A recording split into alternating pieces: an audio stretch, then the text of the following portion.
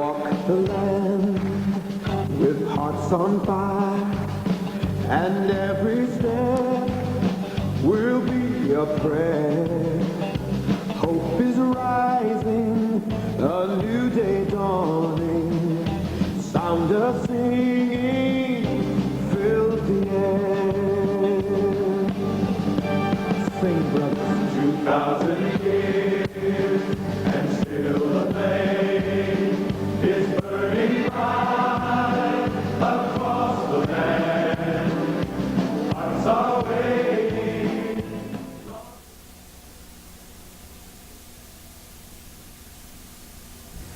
And once again, I'd like to welcome each and every one of you that are watching this program today. And this program is simply called Breaking the Chains. Breaking the Chains is a program I believe in my heart that was ordained by the Lord. And I'm so excited to come to you today, to come into your homes, to come into your business, or wherever you're watching this, or whatever city you're watching this in. I want to thank you for tuning in to a fantastic program that I've got lined up for you today. My special guest today is Jim Jamie. And Jim Jamie has such a powerful testimony to share today, and I'm really excited about that. So call your friends, call your family, call your neighbors, your cousins, and let them know that I have a fantastic guest here today, and his name is Jim Jamie. Jim Jamie, I'm so honored to have you here today, and just reading over your letter of what you've gone through, I am so blessed. I am so touched on what God has given you the talent to do all this artwork. You know, it just if I can use this term of word, it boggles my mind. And I am just so honored to have you here today, Jim. You know, for those that are watching, like I said at the very beginning of this program, if you want to get in contact with Jim Jamie, you can contact him by his website. Can Correct. you give me the website address?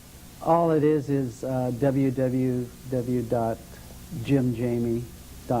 And they can get a hold of you. And That would be one way to get a hold now, of me. do you have email at all? Yes, the email address is part of that website. And Okay, great. phone number and address. So if they just contact the website, they can get a hold of you. Exactly. Either way. Exactly. Okay. Great.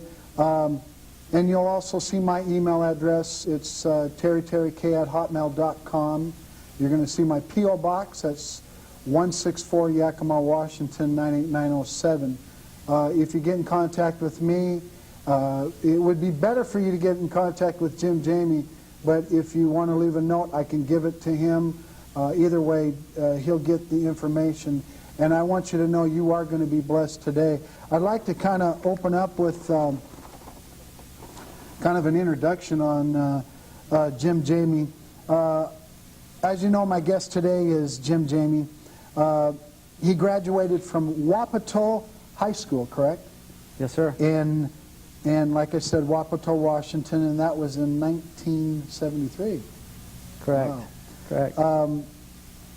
He also attended Washington University in Chino, Washington for 1 year, and his major was in art. So this is what God has, the talent, I mean, and which we will get into in this program, of how years ago the way you were and now the way you are now.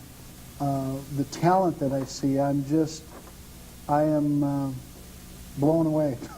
Let me start off by saying thank you very much for having me as part of your program. It's a great honor, and I know some of the things that you've been doing in the area, and it's very commendable, bringing the message of God and trying to reach other people, and I just take my hat off to you, Terry, and once again, thank you for having me. Let me start off by saying that I did take an interest in art early on in school. I can still remember my first art project where I had made a kite, Right. and it was on display at the Wapato Elementary School, and that was the first award that I had won. I was like in the 6th grade, and I'll never forget that. And that was a stepping stone for what I believed was going to be my career. At an early age, I did take an interest in art. But as time went on, you know, I did excel in the art field in the Wapato area. And as I graduated, I won the Larson Gallery Art Guild here in Yakima as to further my education in the art field. And I was going in that direction. And I did attend, you mentioned Washington University, but that is somewhat incorrect. It was Eastern Washington University that I attended my first year. And I pointed art as being my direction of interest and what I wanted to do as a career. I wanted to be a painter, and in hopes one day that I would have an art gallery. And that's what I showed interest in. But as the time went on, I transferred from Eastern, and I transferred to Central Washington University. And I continued my artistic career there as a painter. And hopefully, like I said, to one day own an art gallery of my own. But as time went on, I guess God had a different plan for me while I was attending Central Washington University, and I took a different direction then. And that's another story, and we can probably cover that later on in this program.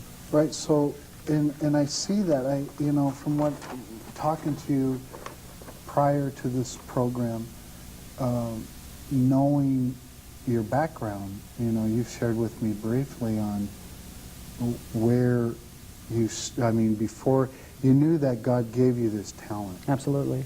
You knew it from your heart. I believe it. Yeah. But now you can correct me if I'm wrong. Did you walk away from it for a while? Yes, I did. Yes, I did. While I was attending Central Washington University in the mid-'70s,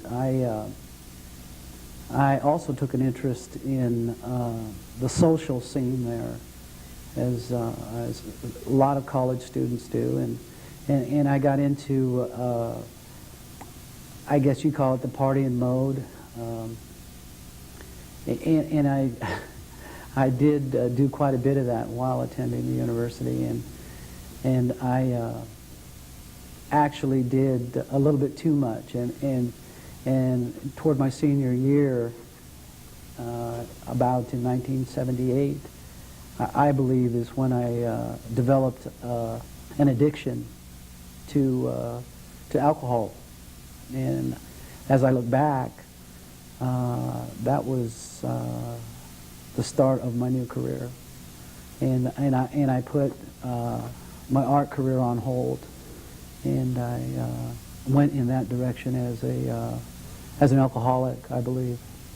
So that was my main focus from that point on, is an existence of an abusive alcohol consumer, an addict to alcoholism. So it destroyed your life for a certain length of time. I mean, you see, I look back, you know, now that my life has changed and God is a part of my life today, I can actually look back into my past.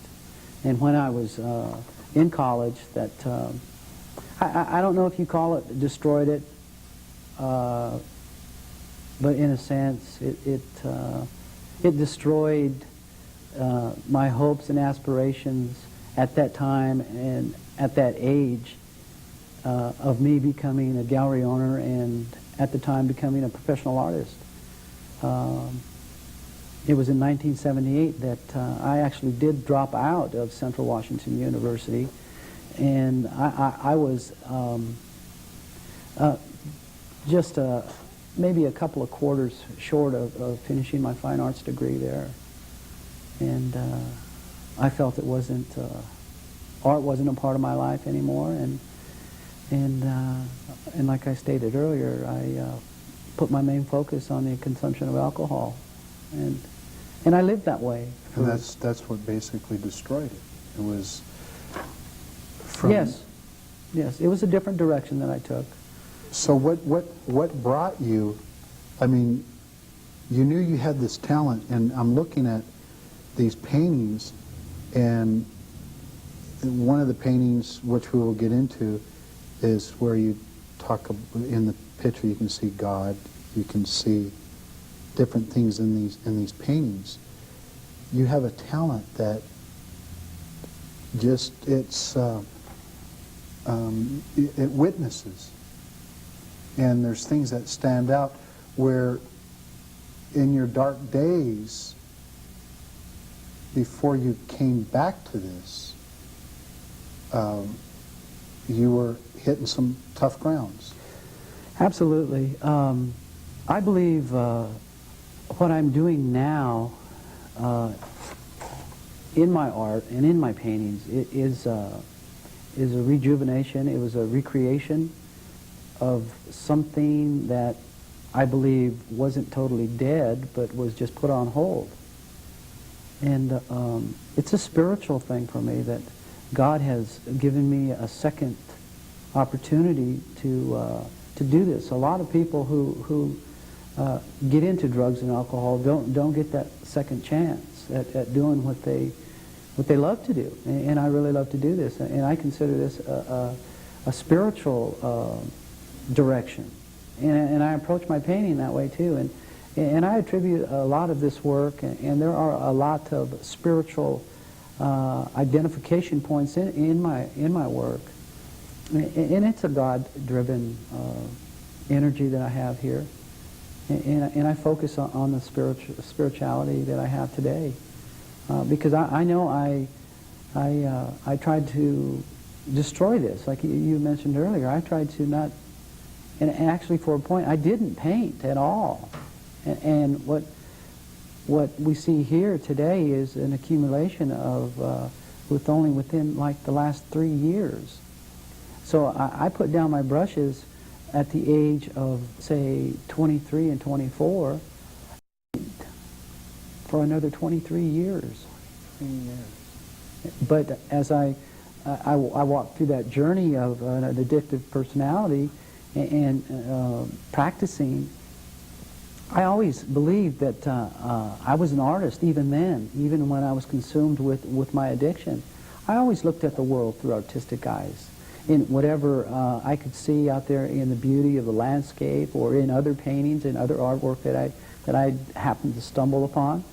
You know, I still believed that I was an artist, but only I did not practice what I believed the God-given talent had, what He had bestowed me. I did not practice that, and that was maybe what was being destroyed, that energy.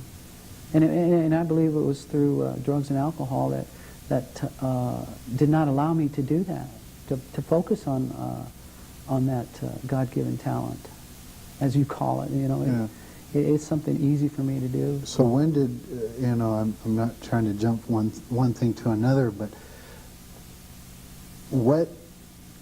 when did this all come about, where God actually spoke to you, where you came back and you knew God was using you for this talent? You touched me, and you have touched me very much just by what you've done. And not too long ago I was really feeling really rough, and you inspired me one day. I said, man, this man is being used of God. And I would call you, and I don't use this word quite, I mean, I have used it, and I really feel from people, you're a person of integrity. And that's right from the heart of God. And you are a blessing. And like the picture I'm looking, the artwork you just did here, if you can explain to me the picture, the artwork you did with the God coming through, the feather, I look at that and I can see that it actually speaks to you. Can you describe that, if I may ask you that, or? Well, the way that I paint isn't typically a traditional style. And as you can see, some of these pieces here, they are quite energetic and they are quite colorful, and I do like color. But they are along the lines of, to the average viewer, as what you would consider abstracts. Right. But for me, you know, I start them as being abstracts and laying down color and shape and form, and as the painting progresses and I apply more energy and I work the paint in there, that certain images come out in the artwork. It isn't as if I had planned them. And there are a lot of abstract painters that paint along these lines. They just keep working the paint, and they keep trying to create some type of either depth, composition, just filling the canvas, covering the white at times.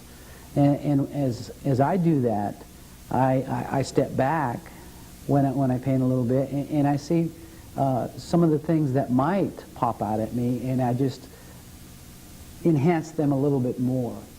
Whereas in this painting here, there are numerous little, call them organic entities. You know, they could even be whatever your imagination wants them to be. That's entirely up to each and every viewer. You know, I try not to put so much of a representational aspect to some of these shapes. You know, if you was to look at some of these things, they would take on a different meaning as to say someone else who is to look at the same thing. You know, you get your own interpretation of what you really want to see in a piece. But I can come along and I can point some things out. Say, for instance, like you say, if you look at there's a feather there, and that's pretty definite. But you would have to look at that part of that painting, and you just might glance all over that, and you would not see that feather unless it was pointed out to you. So going on with this painting, how did the feather come to you? It just does. It just does. And it's probably where I'm at in my way of thinking, and where I'm at in my spirituality, how peaceful and how serene I am when I'm doing a piece. So like one day, say you're doing a painting. Okay. And you're hurting, if I can use that. I'm hurting today, yes, as a matter of fact. Okay. But that's something else. Yeah. And you're so very right. That you paint a hurting? I do, in a sense, and in a sense, some of the work will take on its own explanation through my hurt. It does. It does. And maybe the color and maybe the shape, but I may not be aware of that.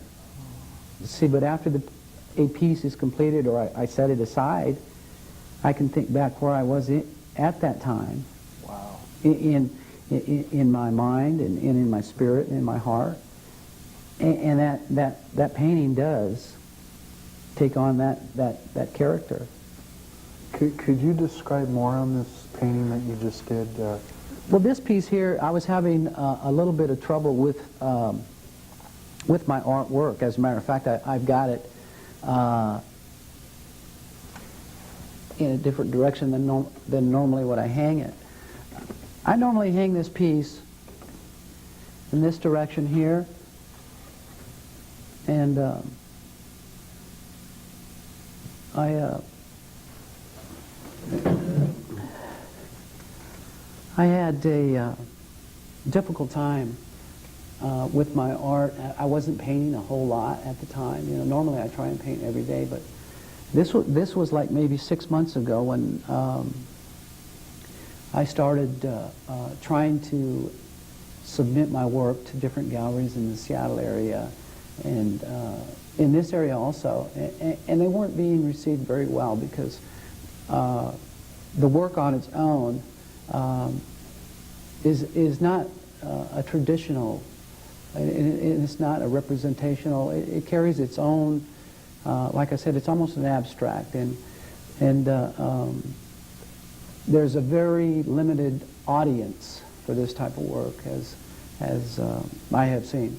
So anyway, I was having some discouraging times, and basically almost a humility building process I was going through. You know, because when you submit your work to numerous galleries and it's being rejected, you know, it does have a tendency to build up your humility, and that's a wonderful virtue to have. But as I was going through, the images of this piece started coming out where it gave me hope to just keep pursuing what I like to do so much. And as I continued to paint, these images started coming out as the clouds of some sort. I seen an image of God here looking down, and basically he was looking down on what was going on with me. This section right here is, you know, I got the interpretation. What it means to me is that he is viewing my life and what's going on in my life, and that's happening down in here, and a lot of things are going on with Jim at this time. Wow. And so, you know, other little images that pop out that I try and bring out, you know, that there could be like a profile of a head here, or like I said, there's feathers right here and right here. But basically what it is, it's a peaceful piece for me. It's kind of washed down and watered out a little bit, and it at the time it was kind of inspiring for me. And like I said, it was about 6 months ago, and I have progressed. Can you show the viewers again the God you described? Sure. Get a good shot of that. For those that are viewing this at home or wherever you are, Jamie's going to point where you can actually see God's figure in. I'll let you explain it. This right here, to me, and some people may not see this, but this is what I see, and this is what it means to me. And someone else who is to view this, it might mean something completely different to them.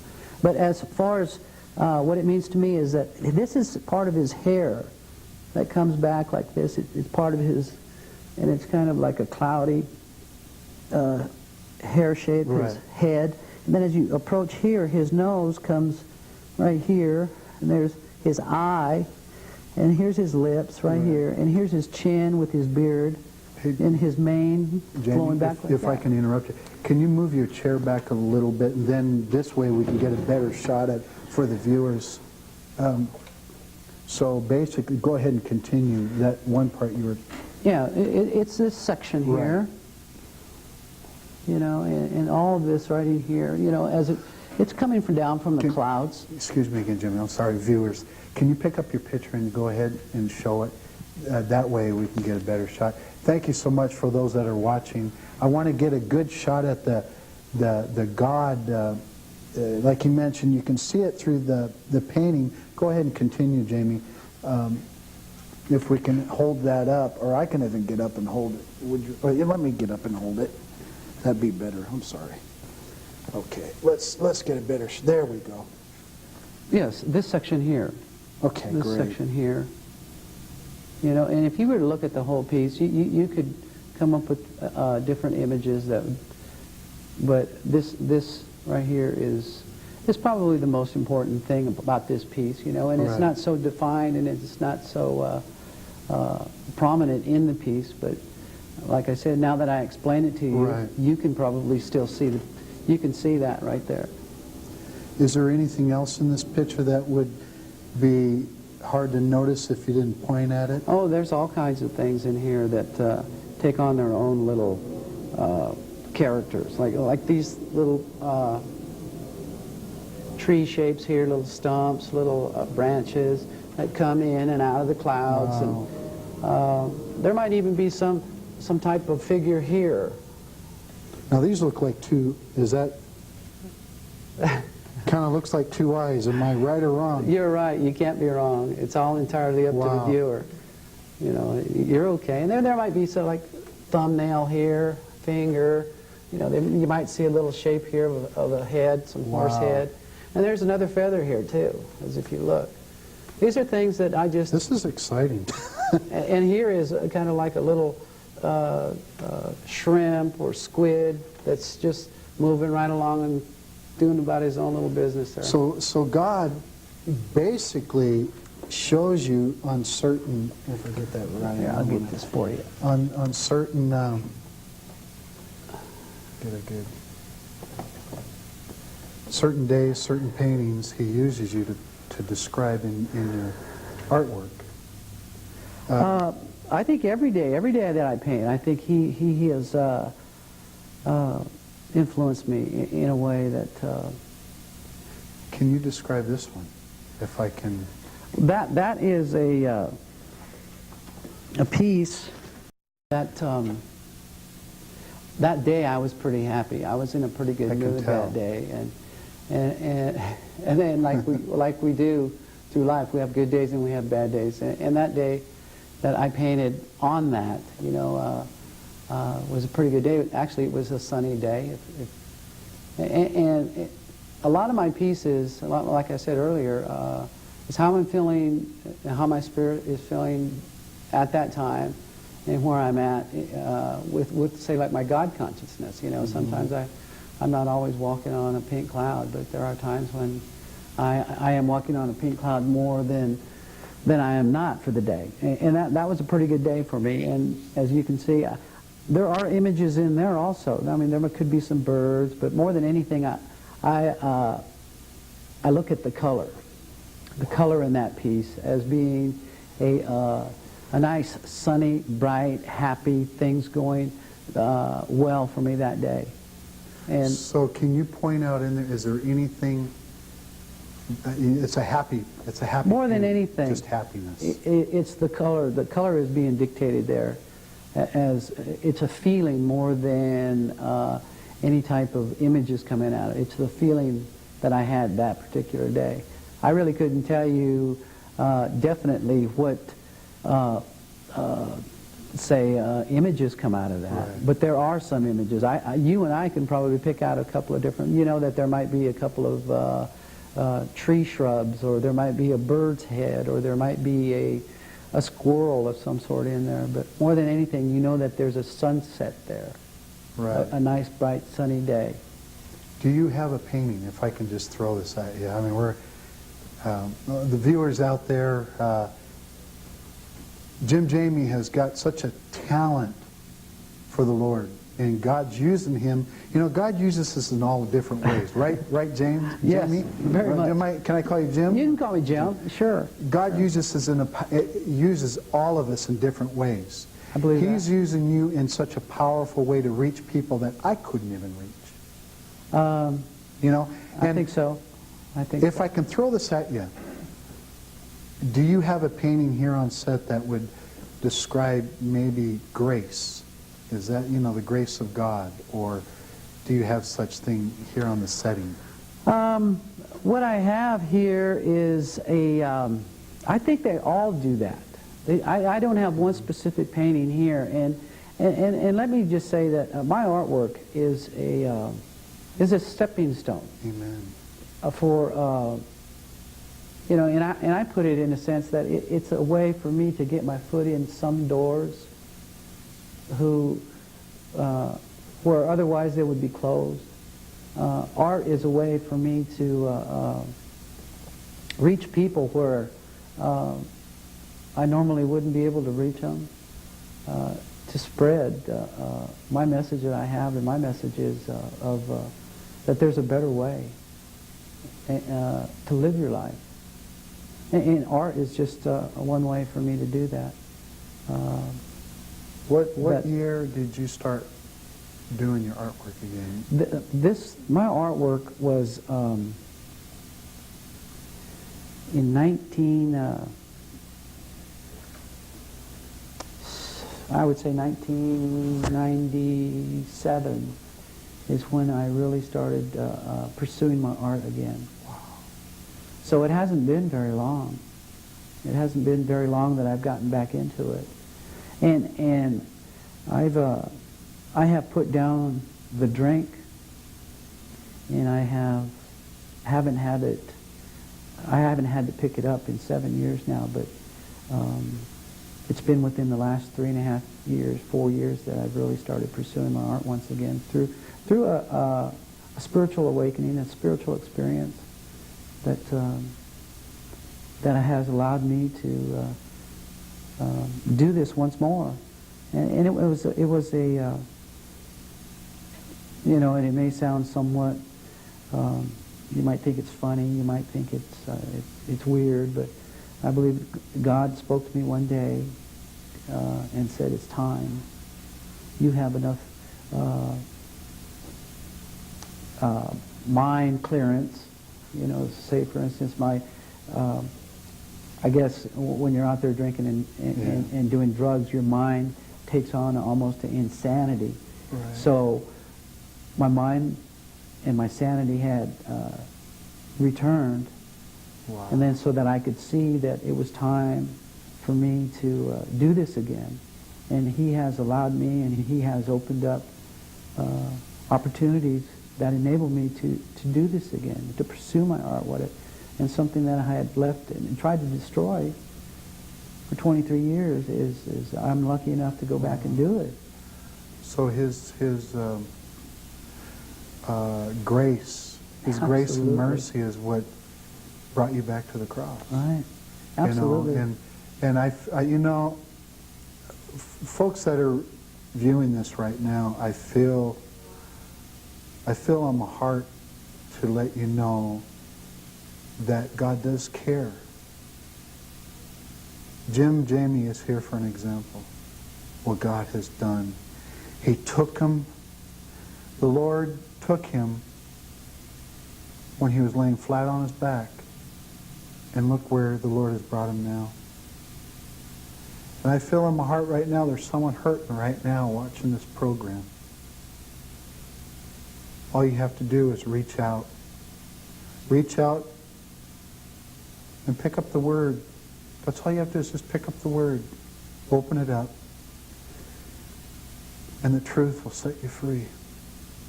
You don't have to say a long, wordy prayer. Like Jim has shared today. All you have to do is call out. An example of what you see today on the set. It touches my heart to know that this man has got a talent that he's being used by God, that he will reach thousands upon thousands of people. That, I mean, it's a talent. God gave it to him. You know, he thought maybe at one time he lost it, but he never did. God gave it back to him. And He's using Jim today. And you know, Jim, we're going to break away here in just a minute for a song. And it's going to tie into what we're doing. God is so good. But Jim, before we do, I feel on my heart right now, usually I do this at the end of the program, but I feel right now, this is the time I'd like to use this time. Maybe there's somebody out there that's hurting right now, that's watching this, that's watching this program right at this moment, that has been flicking through the remote, and they came across this right now. And if you've come across this right now, don't touch the dial. Stay right where you are. Because I believe in the next few minutes that this is going to really touch you. The paintings is an example. The artwork that God has given Jim Jamie. But Jim, if I could have you, you know, if you feel comfortable to look into the camera right here, or just however you feel. Somebody's hurting out there right now. What can you say to them to encourage them to keep going on? What would you say right now to encourage them? Well, Terry, I would say that if you're running through that channel changer and you happen to just see some of these bright colors, maybe you'll stop. And then you'll ask, what is that? And then maybe you'll listen to some of the things we have to share today. And by sharing to you that, most important, that you might find some hope. hope and strength that there's a better way to live. I found it, and it's a better way of life for me. And it's through sobriety, and it's through a God consciousness. So I share with each and every one of you today that if I bring anything into your home and into your hearts, that it be the word of hope, that there is a better way. As someone that has listened right now, you want to get a hold of Jim Jamie, you'll see his website number at the bottom of the screen. You'll see my email address. You contact him. Jim Jamie will get back right with you. We're going to get back with more of his artwork, but I want to break away for a song that's called His Grace and Mercy. And it ties into what we're doing right now. And I pray about this all the time. I say, I want this to be of God. And the grace and mercy that I've seen through this brother, I want you to listen to this song. It's by a gal by the name of Tabitha Pimlott, and she's going to sing this song. It's about a 10-minute song. It's called His Grace and Mercy. Let it bless your heart. Let it encourage you. Let it strengthen you. And pick up the phone and call a friend and call your family. Let them know that Breaking the Chains is on, and it's here to bless you.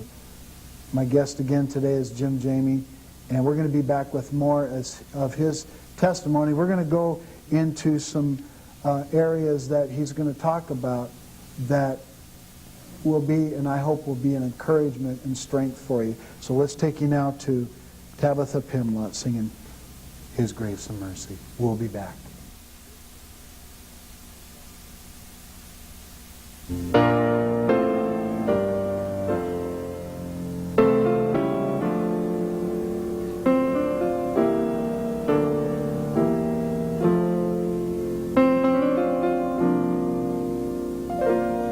Your grace and mercy, it brought me through, and I'm living this moment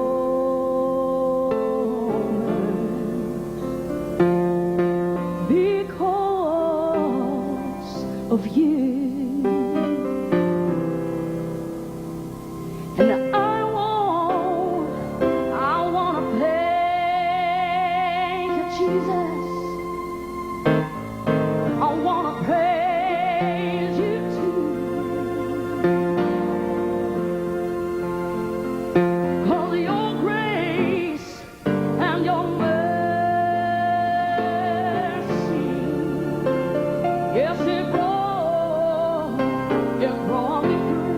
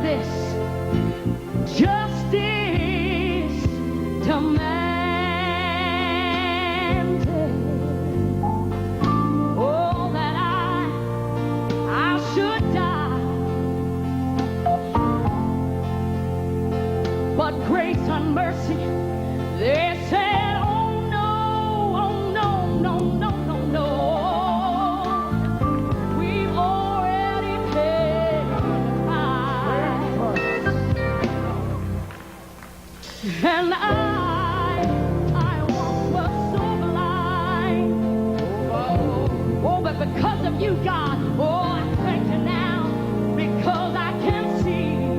Oh, Lord, yes. And it was because grace and mercy came down. They came down and they touched me. Yes, they did. And they rescued. Oh, they rescued me. Oh, hallelujah, Lord God. We love you, God.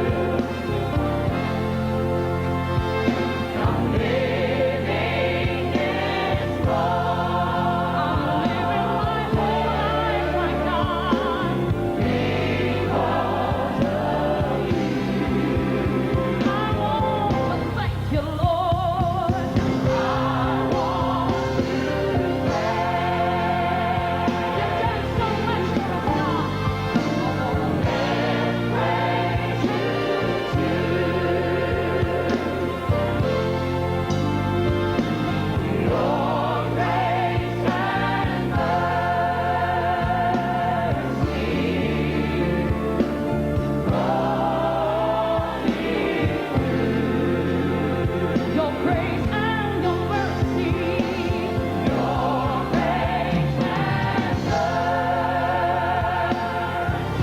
brought me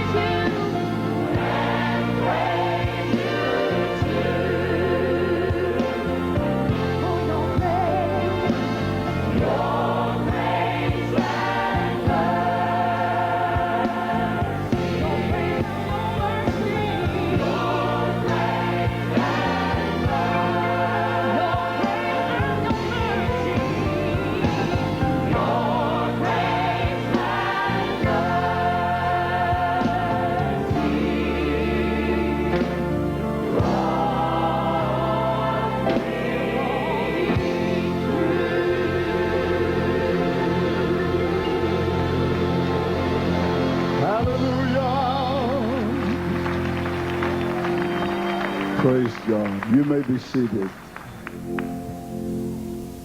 I can see David, the sweet singer of Israel, the darling of Israel. The kingdom has been shaken. Many men have died. And a lot of it is David's fault. It's Satan's master stroke set out to bring him down, take him out. I can see the twinges of gray in his hair now, and eyes that seem to see much further than they once did. Somebody asked him, David, it looked like you weren't going to make it. Your own son Absalom rose up against you. Israel was shaken. The whole plan of God was put in jeopardy. How did you make it? His grace and mercy brought me through.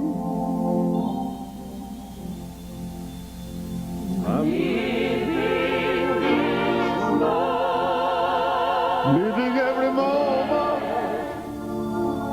because of you.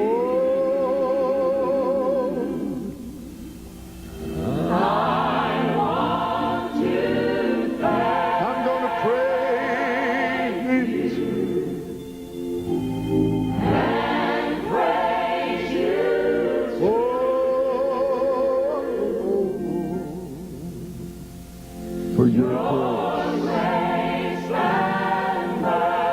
That's it.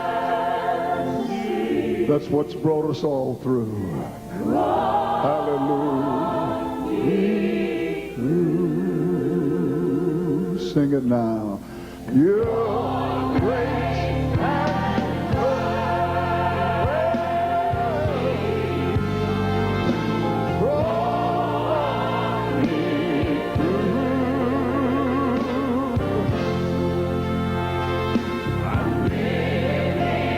Each moment because of you.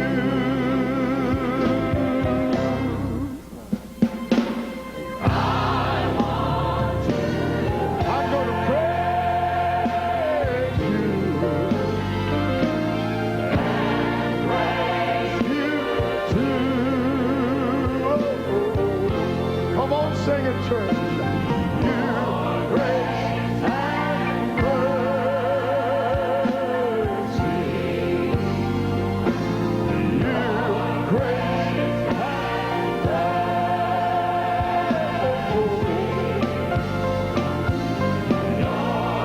Hallelujah.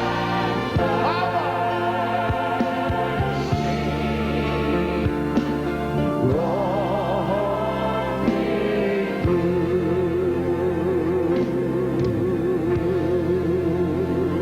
My Lord, hallelujah to the Lamb. Glory to God. Your grace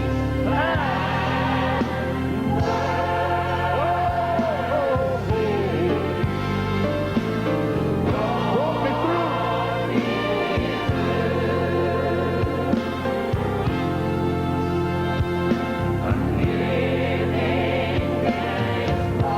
I'm alive this very moment, Lord. Because of you. Thank you, Lord. I want to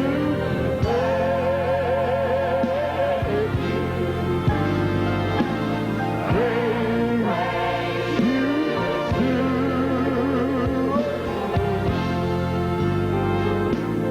Your grace and mercy. Your grace and mercy. One more time, Lord. Your grace and mercy.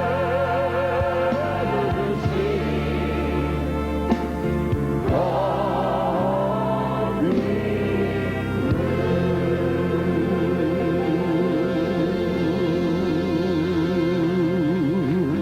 Well, glory to God. Hallelujah to the Lamb. Praise the mighty name. And once again, we're back, and what a powerful song, His Grace and Mercy, and the way Tabitha sings it, and I know I had to bless her heart. We're going to go into some heavy stuff that Jim Jamie is going to talk about, and I believe that this program is going to bless you from. If you just now tuned in, you just happen to come across, don't touch the dial any further than this, because I've got a powerful testimony that we're going to really get heavy into in the next 20 minutes. And my guest is going to explain some more of his paintings. Also, I want to take this time and thank the manager, Rich Hewart, for his support of his products from Orange Julius and the soda pop that he provided. Thank you so much, Rich. And if you happen to be in that area in the mall, stop by at Orange Julius and in the Yakima Mall. Now, this is in other cities, you're not going to be able to do that. But for locally, just stop by. Okay. Thank you so much. Jim, tell me that why, when you put the brush, to that point you put it down. You didn't want to do it anymore, correct? I was, like I said earlier in the program, that I was a senior at Central Washington University, and I feel at that time that my addiction had the best of me, and I dropped out of school. So when I dropped out of school, I moved back to the Yakima Valley, where I'm from, and I just existed. I went from job to job, and most importantly, I continued to abuse chemicals, drugs, and alcohol.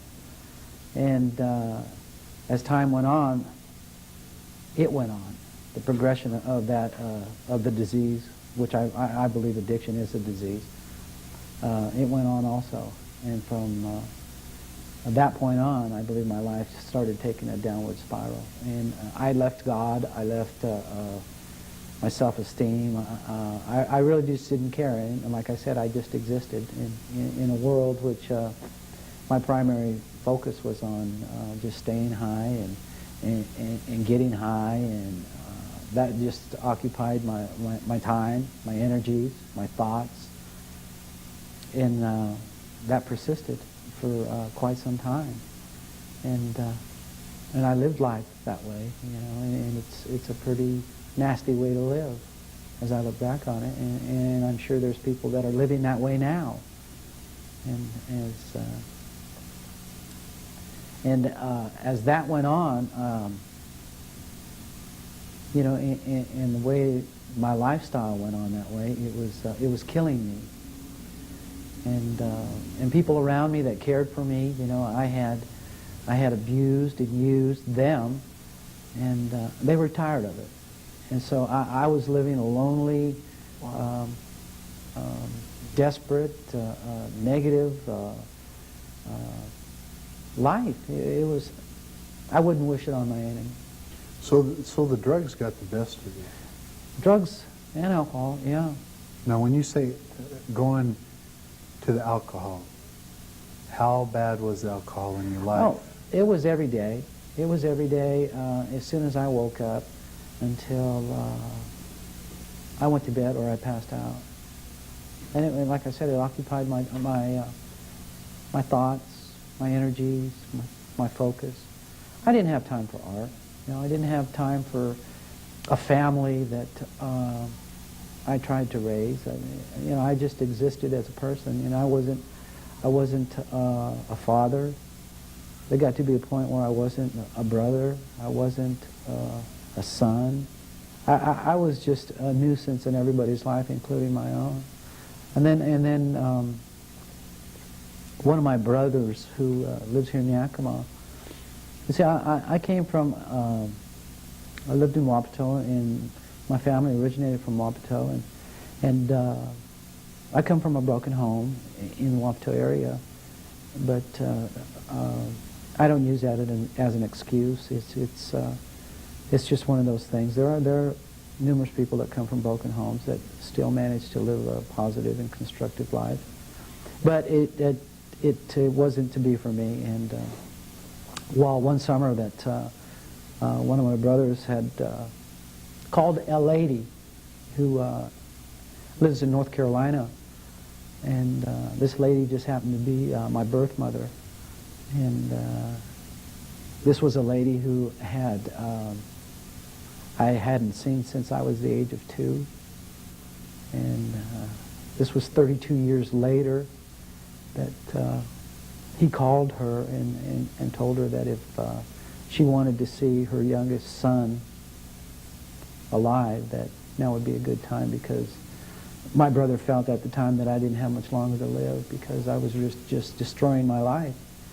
And so she came from North Carolina that summer, and we visited, and she offered to take me back to North Carolina for a couple of weeks. And so I went. And that was the beginning of my southern way of living for the next 10 years. I thought it was just going to last for 2 weeks, but I managed to drink and drug there also. Did you, with alcohol, did it get you like into, were you ever, how would I say, argumentative towards people, like wanting to pick fights? I mean, you look at when, you know, I see the grace of God on you now, Jim. I don't know you from the past, but I've heard, I will say, if you don't mind me saying this, I've heard some stories from a friend of yours. I won't use his name, you know, but good person, Ray Young. good brother, good friend. Yeah. The stories that I've heard that you used to be, you were really rough. And I know you talked about the alcohol, the drugs. You didn't care. You'd you know, take the shirt off someone's back way back then. You know, Terry, that was, and you're right. I was an individual like that, and I'm not very proud to mention what type of individual I was back then. But this was before I went to North Carolina, that I was existing and abusing down in the Wapato area. And I say I had the opportunity to go to North Carolina, but more than anything, I believe that I was chased to North Carolina because there was a lot of heat on me at the time. There was, and I started a lot of trouble, and I was in and out of jails, and I was in and out of fights, and tavern fights, and street fights, and I wasn't a very likable person back then. I hope you didn't mind me bringing up that, you know, but that was then. Yeah. But now, and I'm going to mention again, the grace of God. Absolutely. Absolutely. Knowing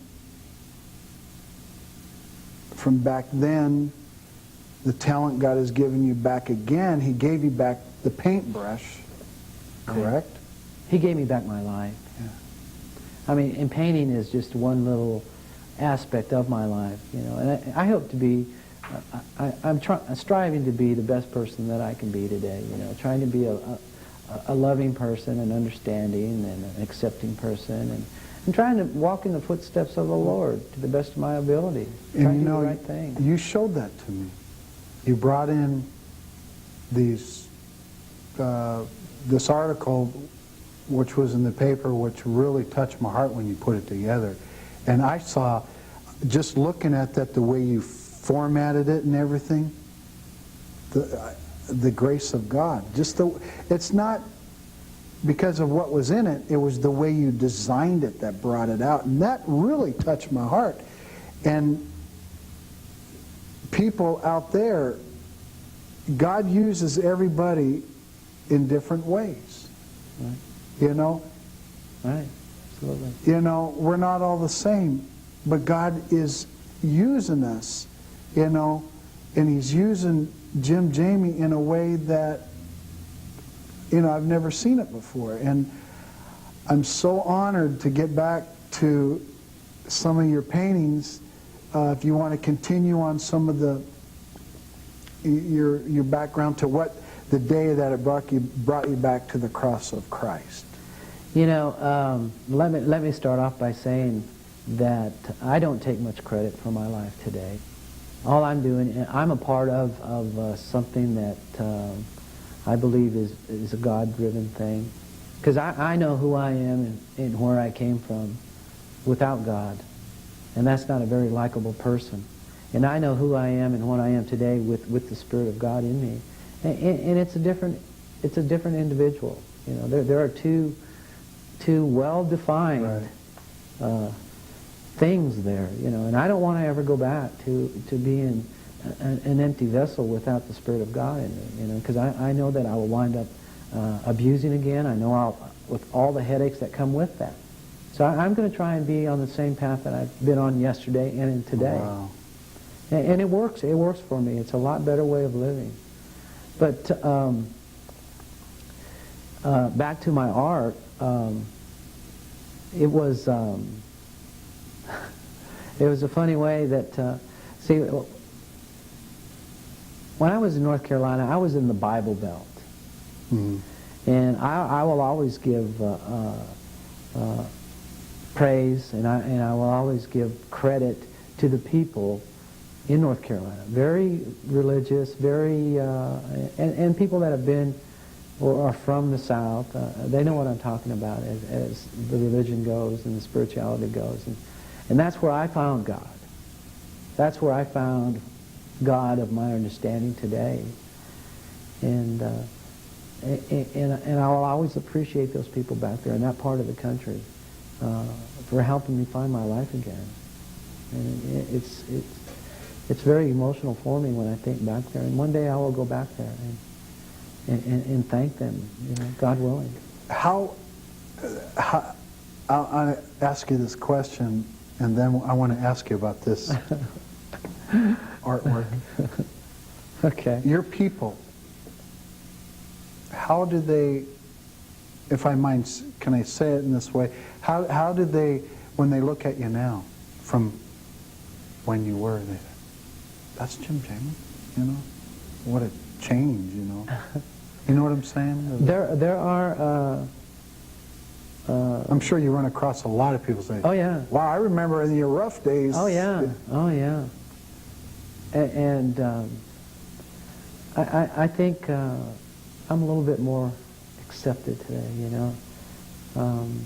There are people that still have that preconceived notion on who I was, Yeah. and what I was, and if they haven't seen me and how I'm living today, they still have that idea of who I am today, and it's completely the opposite of what I used to be and who I am today. Wow. And it's almost amazing. It's amazing to me too, Terry. That God could come along and He can take this dirty, rotten scoundrel that. That's the way I feel with myself. Is unworthy. I feel so unworthy. That He has blessed me like this, and I'm almost apprehensive. I'm thinking, why me? Why do I get this good thing? Why do I get this thing happen to me? I'm not worthy of this because of the things that I have done in my past and how many people I have hurt, including myself.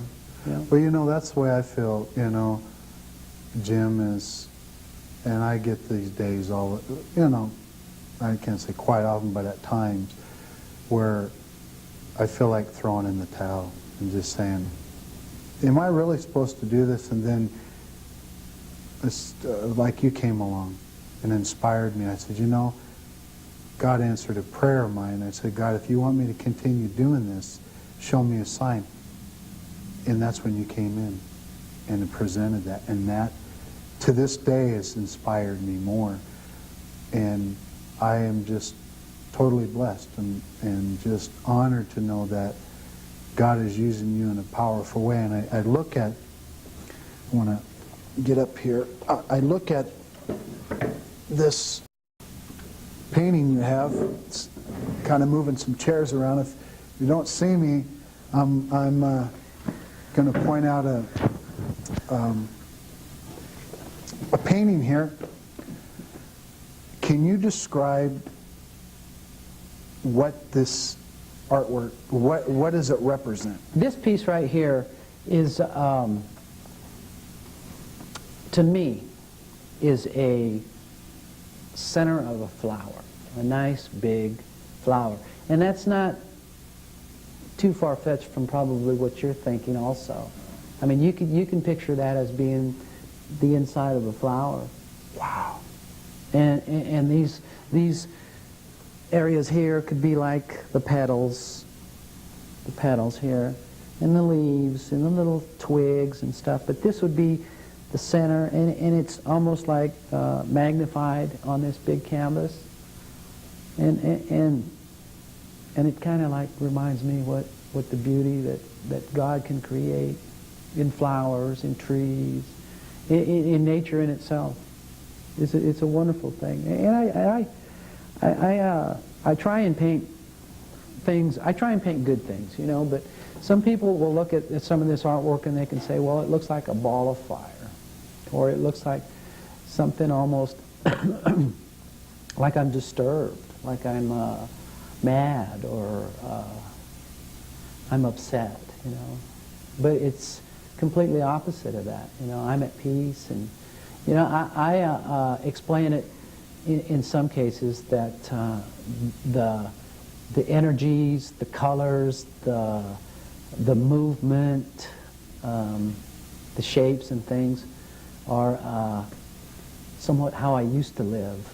The chaotic, the wild, the fire, the abstraction. That's the way I used to live when I abused. Wow. But now today, instead of living life in reality like that, is that I can take that energy and I can focus it on a canvas. And there it is. You know, it can be dictated that way. So I look at it, I see what you're saying, peace. Mm-hmm. I can see peacefulness in there. The flower you're talking about. Right. You can also look at, like, if I could use, like, the cross, the beauty of the cross. The flower, does that make sense? I do have, in a lot of my other pieces, I do have cross images. I do have light. I have the light of God, the clouds, the colors of blood, you know, to dictate His blood. And that's what I'm thinking sometimes. You know, I could, when I try and evaluate one of my pieces, you know, and I have a God consciousness, and it just like goes from my brain onto the canvas and says to bring out a cross, bring out a nice cloud, bring out a flower, bring out a feather, things that to me would enhance spirituality. Like in this piece right here, you know, there's a light. See, there's a light, and I always when I use the yellow light in a spray, that interpretation is the light of God for me. I use that. So in every piece, there's quite a few pieces that I have that spray of light that comes through. And there's a couple pieces. There's a piece down there that has it too. Explain this one right here. I notice with this one, I can see things in there. I can't describe them, but I can see them. You know what I'm saying? It's Yeah. like, now, what do these represent? Clouds These shapes here? Yeah. They represent, well, let's just say once again, my interpretation Okay. and your interpretation could be different. If you're asking me what they mean to me, I can tell you that. What they are to me and what they represent to me are almost fruit. Yeah, okay, that's what I see. Because I was thinking this would look like a pear. Am I right or wrong? That's what it means to me, you know, and we're not too far apart in that. But to some people, it could be a cloud. It could be a potato. It could be... see, and that's what I like about this type of artwork. You know, I'm not really telling you what it is.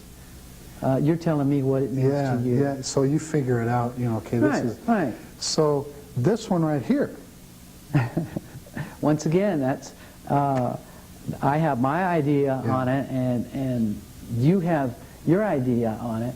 So let me stump you, Terry, and let me ask you a question. What's it mean to you? I would see a lot of happiness to me. Good. This one kind of, if I can use, kind of mellow, kind of a mellow setting. What's it mean to you? I mean, if I can ask you that. Yeah. See, and that. How are you as an individual? You're a loving person. You're a kind person. You're a God person, and you try and do these good things. So naturally, that will go into the Yeah. painting, and you won't look at that painting as a violent, Right. disturbed. You will get, basically, you will get, that painting will be part of you and your emotion. You know, if I was to, it's like this, okay. This one right here, if I could point out, this one, I would look at this one Yeah. and this one. Uh-huh. They're kind of like the same, but they're shaped differently. Am I making sense? To me, they are. This one would be more of a, to me, I look as God's beauty. I would see in that. It's a rainbow. Yeah, God's beauty. Right. Yeah, gosh. It's a rainbow. It's amazing, I've, the one, okay, like this one's kind of has a, how is it, dimensional, or how do you say that word? It's kind of, Depth. yeah.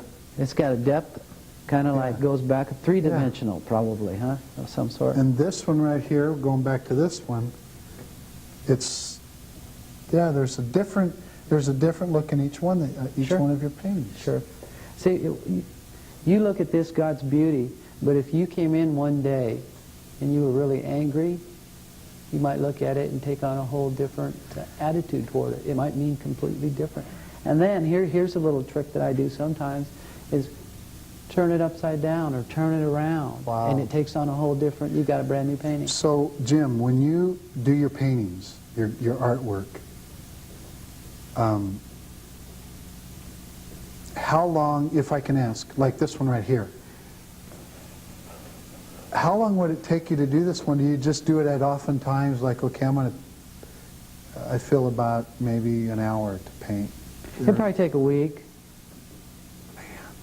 I'm touched. Folks that are watching right now, as Randy, and I thank you very much, has the shot on this one. Hey, if you would like Jim to come and share with you wherever this is airing right now, you'll see different clips. Let me get out of the way here. Excuse me, for those that are watching, thank you so much for your kindness. For those that are watching, you would like Jim Jamie to come to your city and do an art show. Sure. If, would you be willing to do that? Contact him on his website, www.jimjamie.com. Right. Okay, great. Do you have a phone number? You want to give out that number? Or you just want to keep with the website? The phone number and all the information is on the website. Okay, great. And you do have a website where they can get it up on the website and see all your paintings? Sure, Okay. there's a web page. Great. Contact them. The paintings here are just awesome, and they speak to me in a different way. They speak to Jim, the artist, in ways probably different every day. You may look at this big one, right? Yeah. And see something that you never saw before, correct? Absolutely, yeah. Yeah. It happens that way with me and my paintings.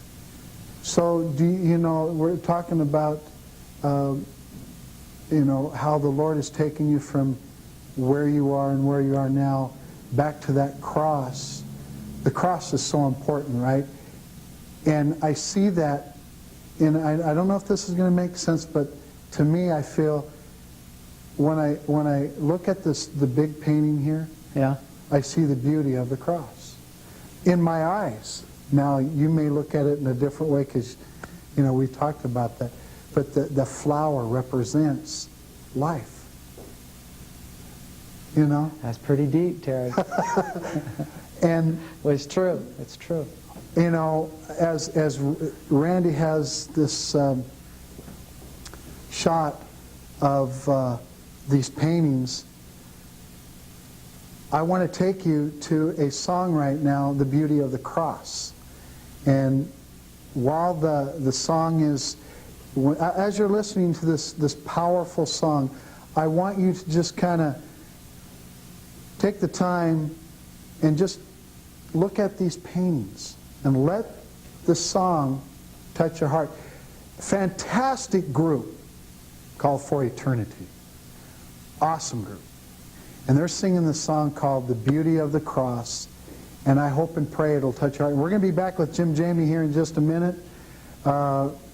Randy's doing some shots for me, and I appreciate it. And we're just going to kind of go back and forth on. Want you to be blessed. So let's take you to the beauty of the cross.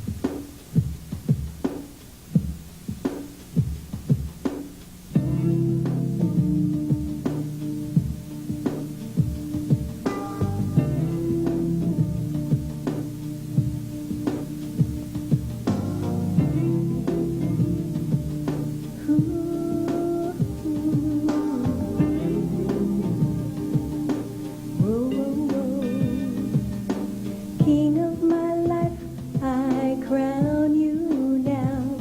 You're the ruler of my heart.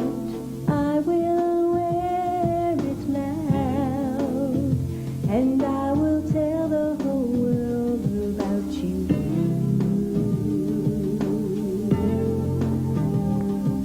You died in my place, you suffered all for me, just so I could live. You were broken and bruised, and I will tell the whole world about you. The cross stained by blood, the beauty of the cross, healing for the lost. The cross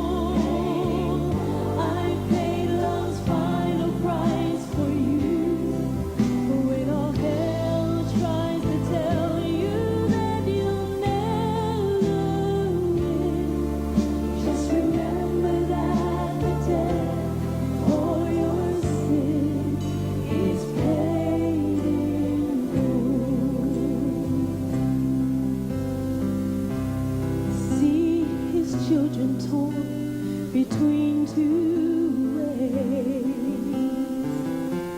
Some still choose to mock his name. See his followers as they now can boldly say, we are the reason that he came.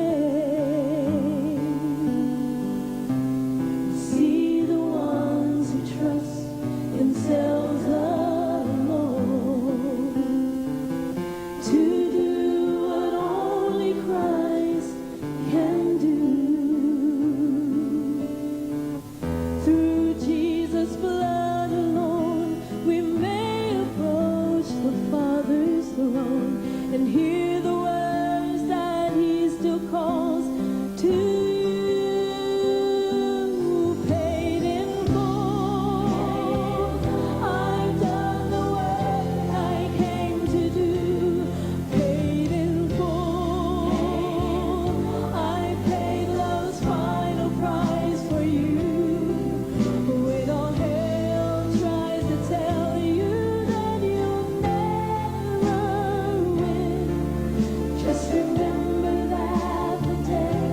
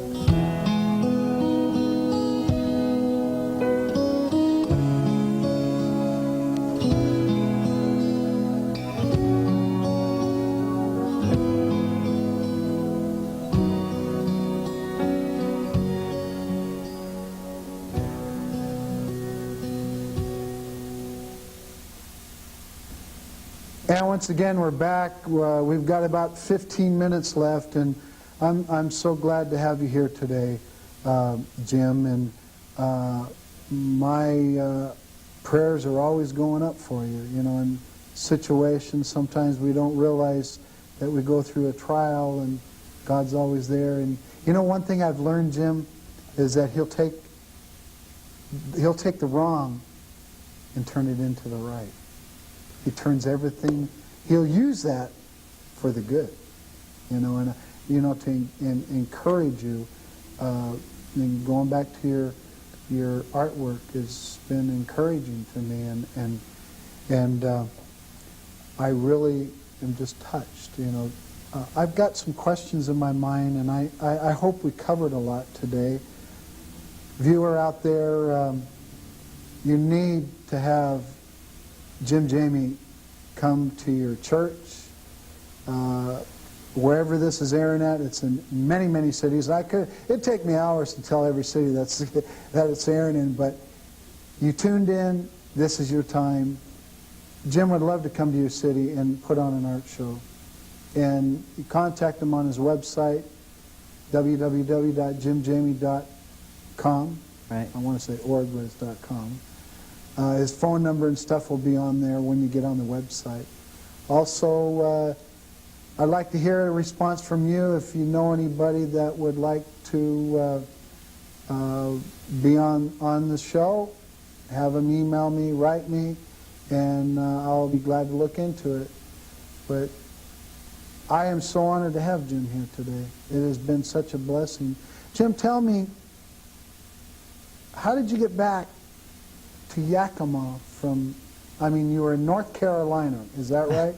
What brought you back here? I mean, if you can put that in a nutshell. God.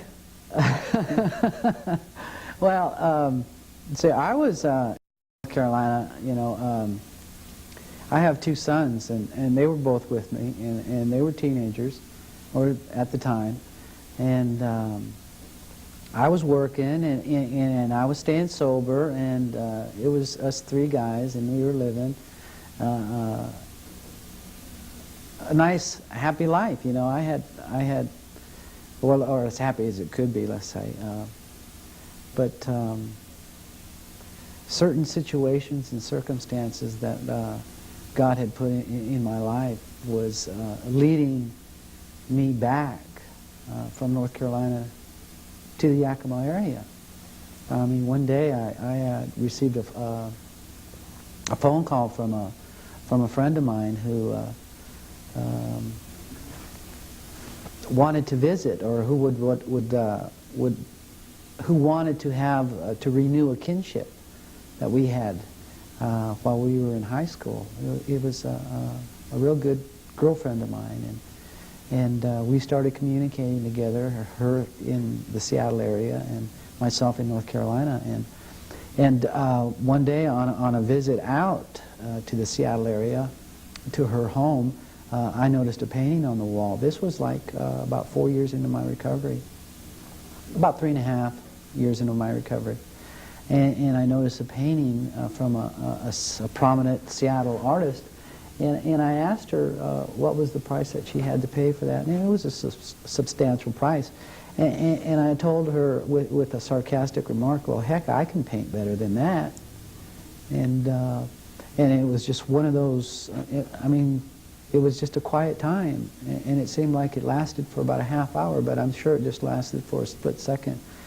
And she looked at me and she says, well, then, why don't you? That's... And then that was almost a challenge for me, and I kind of like challenges. And I told her, well, at this time there was nothing to stop me from painting again. And it was a, I believe it was a spiritual experience that God was telling me, well, Jim, why don't you? Now is the time. And everything had fallen into the place I was feeling comfortable with my life, and it was time to do this. And I put the emphasis on going back to North Carolina, which I did, and start painting again. And that's exactly what I did. I had a job back there that I was working 40 hours a week and trying to raise the two boys, and then I took on another task of diligently painting once again. And as I was doing that, and I was, time went on for about a year, year and a half, almost 2 years of painting in the North Carolina area. And I was starting to get recognized as a fine artist in that area. Wow. And I was having gallery representation in the Charlotte area. And by this time, the relationship with this really close friend of mine had escalated a little bit further too. And so, and then the boys wanted to come back to Washington, their home. And so all of these things, the situations God was putting in my life, and I wanted to do my art, and I wasn't really that content with my job and being in North Carolina. I mean, these things were all developing, which was pointing a direction to go home and spread the word, His word of sobriety and a better way of living, and to do my art.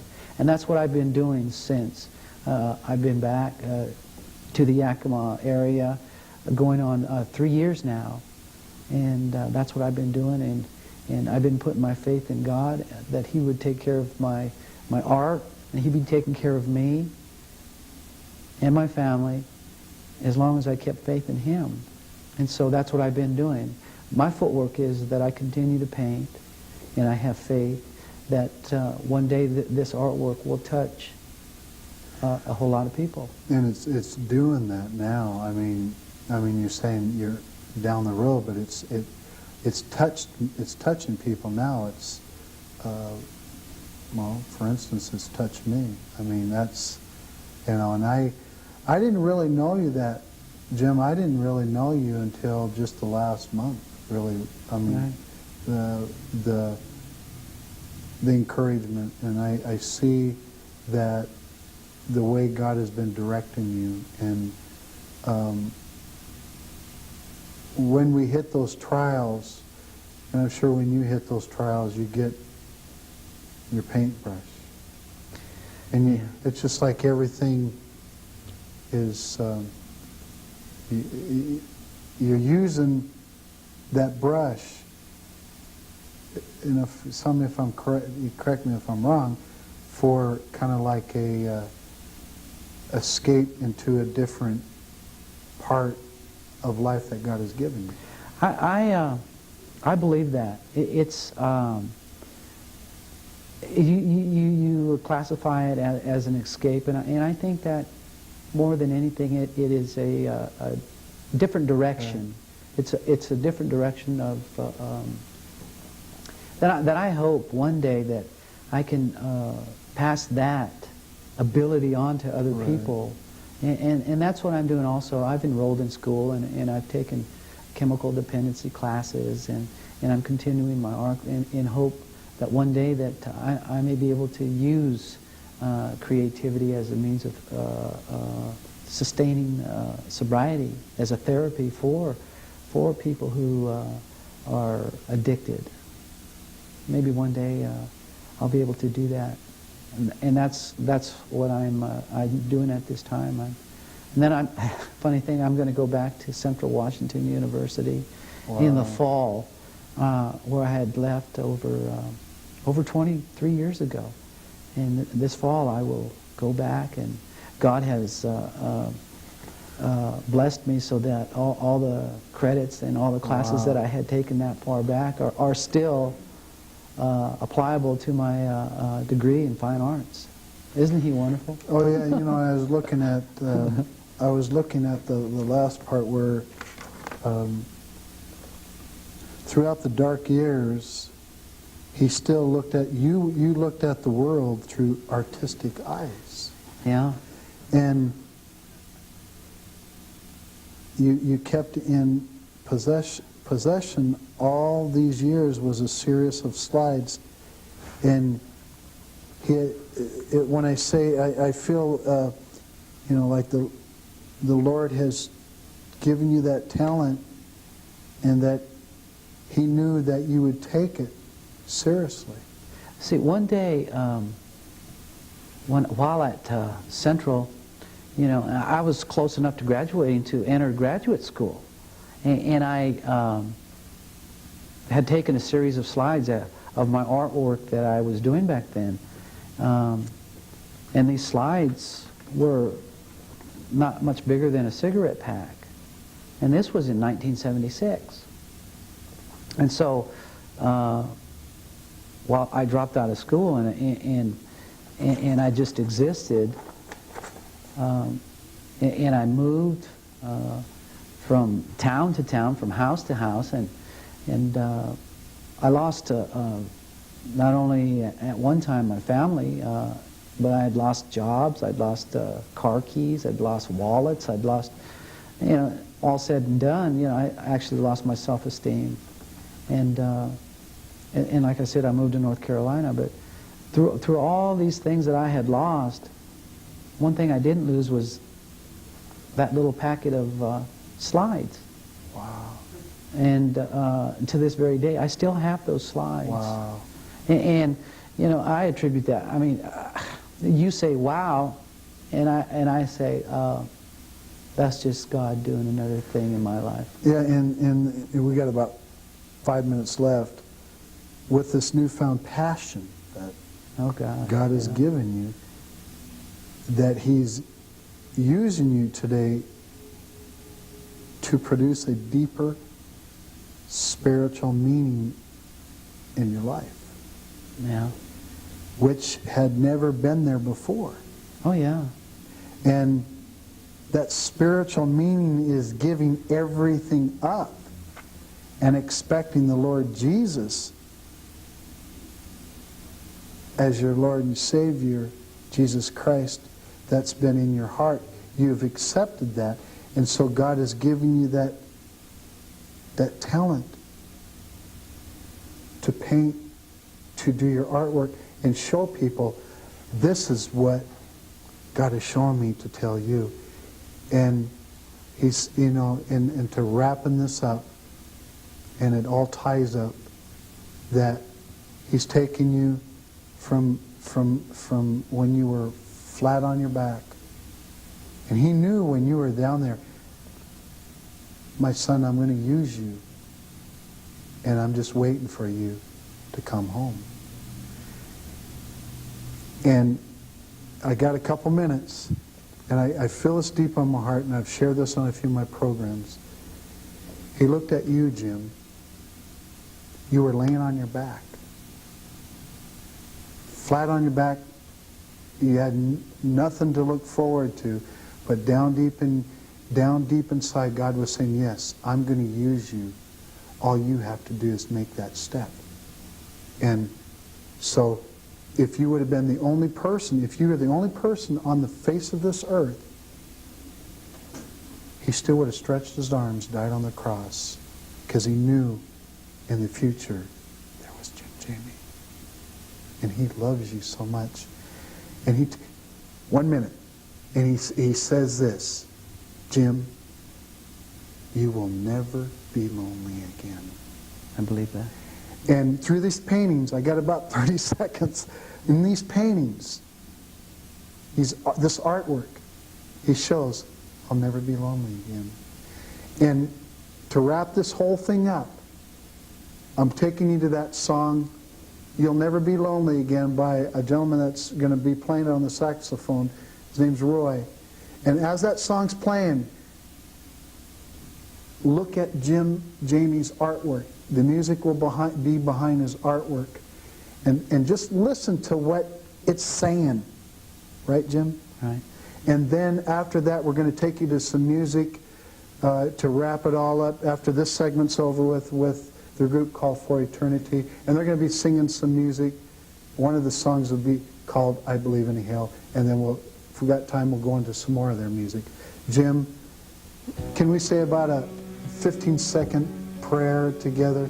Father God, right now I thank you for Jim being here, and I pray that you touch him and let him know that you're going to use him more and more every day. And I thank you for this time of sharing, and whatever Jim goes through, let him know that you care, and you're going to use him. I know, I feel it in my heart that you're going to be used, Jim, to reach thousands of people. And I just thank you for being here. Jim, I really thank you. I've been touched. And I say that all in God's name. I have been touched, and I hope to have you back again. I'm looking forward to that. I'm all out of time. If you got a few seconds to say, to wrap it up to anybody out there, hey, you know. Thank you for having me, Terry, and if I've made an impression on anyone's life, and like I said, once again, that there is hope with God's help. Let go of the rope. Amen. Thank you so much. Once again, I want to thank Rich Hewart from Orange Julius for his support. Thank you so much. And don't touch that dial when you see Breaking the Chains. Stop, watch, you'll be encouraged. Thanks again, Jim. I really mean that. Okay. Thank you, and you all have a good day. We're going into some good music. Never Be Lonely Again. Watch the artwork, and then the group Call for Eternity. Thank you, and God bless. We'll see you again.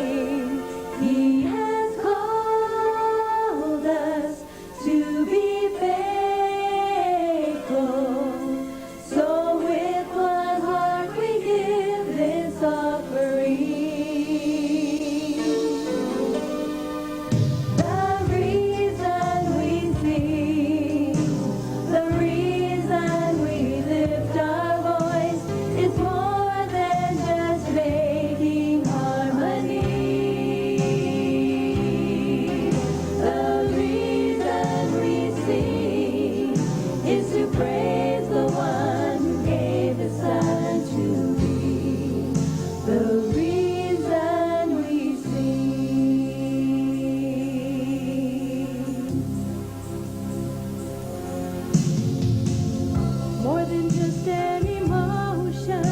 His Spirit gives us joy that we can't hide. We will not be silent. We've got to let the world hear what's inside. And as we praise Him with our music, Jesus is the one we glorify. The reason we sing, the reason we lift our voice is more than just making harmony. The reason we sing is to praise the one who gave His Son to be. The reason we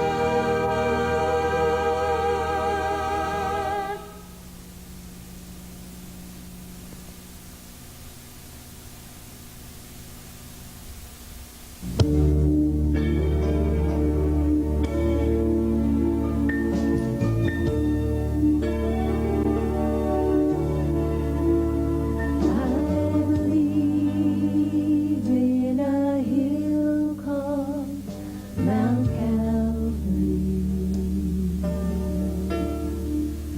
I believe whatever the cost,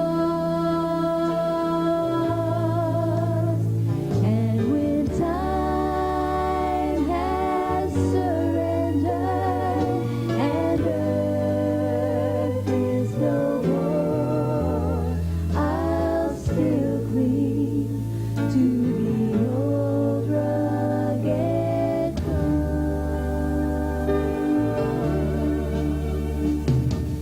I believe that this life with its great mysteries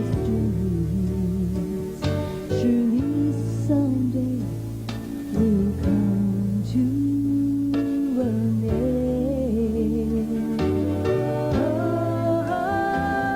Such faith will conquer the darkness and death, and will lead me at last to my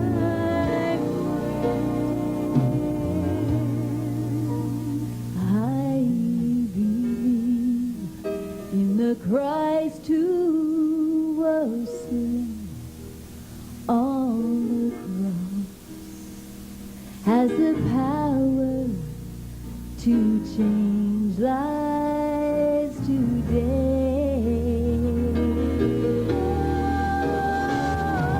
He has changed me completely. A new life is mine. That is why by the cross I will stay. I believe in a hill called Mount